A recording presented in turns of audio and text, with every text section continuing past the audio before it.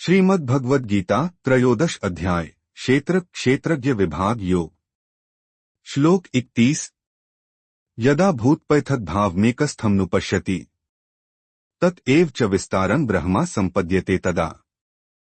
जब मनुष्य सभी प्राणियों के भिन्न भिन्न रूपों और भावों में एक ही परमात्मा को स्थित देखता है और समझता है कि उन्हीं से समस्त प्राणियों का विस्तार हुआ है, तब वह परमात्मा को ही प्राप्त होता है।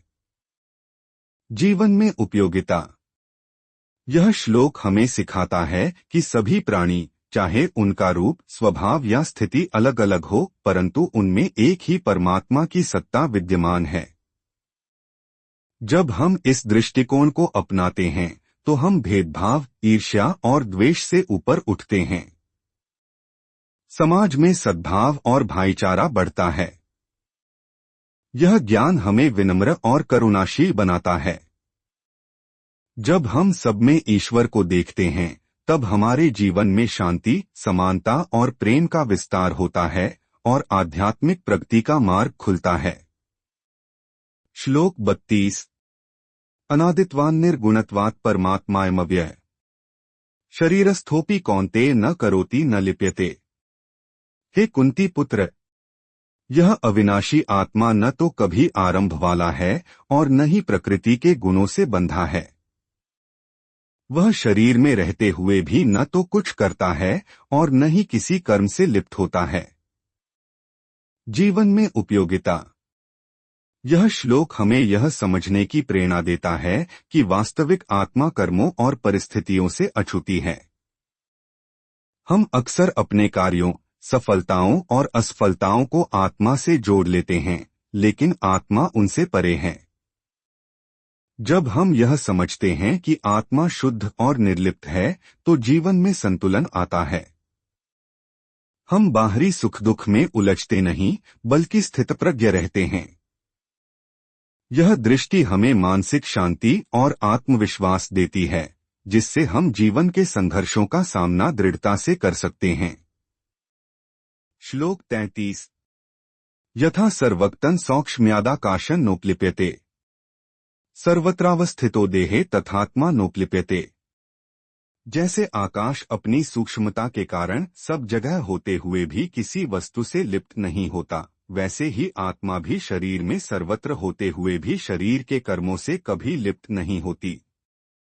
जीवन में उपयोगिता। यह श्लोक हमें यह सिखाता है कि आत्मा का स्वभाव आकाश जैसा है, सब जगह विद्यमान लेकिन किसी भी वस्तु से अछूता। यदि हम इस ज्ञान को आत्मसात कर लें तो सांसारिक बंधनों और कर्मों से मुक्त होकर जी सकते हैं। हमें अपने जीवन में यह भाव रखना चाहिए कि जैसे आकाश किसी चीज से प्रभावित नहीं होता, वैसे ही आत्मा भी शुद्ध है। इससे हम मोहमाया से मुक्त होकर अपने कर्तव्य निष्ठापूर्वक कर सकते हैं और जीवन को हल्का और स्वतंत्र बना सकते हैं। श्लोक 34। यथा प्रकाश्यत्येकः कृत्स्न लोकमिमा रविः क्षेत्रं क्षेत्री तथा कृत्स्न प्रकाश्यति भारत। हे भरतवंशी, जैसे सूर्य संपूर्ण ब्रह्मांड को प्रकाशित करता है, वैसे ही शरीर में स्थित आत्मा संपूर्ण शरीर को चेतना से प्रकाशित करता है। जीवन में उपयोगिता। यह श्लोक हमें यह बताता है कि आत्मा शरीर की वास्तविक ऊर्जा और चेतना का स्रोत है।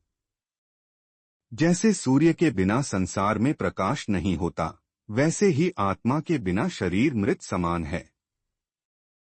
यह ज्ञान हमें अपनी आत्मा की महत्ता का बोध कराता है और हमें आत्मिक साधना की ओर प्रेरित करता है। जब हम आत्मा को पहचानते हैं तो हमें जीवन का उद्देश्य समझ में आता है।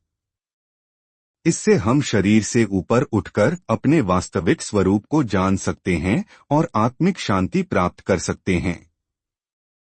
श्लोक 35। क्षेत्र क्षेत्रज्ञयोरेवमन्तरं ज्ञानचक्षुषा भूत प्रकृति मोक्षं च ये विदुर्यान्ति ते परम। जो मनुष्य ज्ञान की दृष्टि से शरीर, क्षेत्र और उसके स्वामी क्षेत्रज्ञ का भेद समझ लेता है और प्रकृति से मुक्त होने की विधि को जान लेता है, वही परम धाम को प्राप्त करता है। जीवन में उपयोगिता। यह श्लोक हमें यह सिखाता है कि शरीर और आत्मा के बीच का अंतर जानना ही सच्चा ज्ञान है। जब हम यह समझते हैं कि शरीर नश्वर है और आत्मा अमर है, तो हम सांसारिक मोह से मुक्त होने लगते हैं। यह समझ हमें जीवन के असली लक्ष्य परमात्मा की प्राप्ति की ओर ले जाती है। हमें अपनी साधना, विचार और कर्म इस प्रकार करने चाहिए कि वे हमें भौतिक आसक्तियों से दूर कर आत्मिक उन्नति की ओर ले जाएं। ऐसा करने से जीवन में स्थिरता, गहन शांति और दिव्य आनंद का अनुभव होता है। ओम नमो भगवते वासुदेवाय।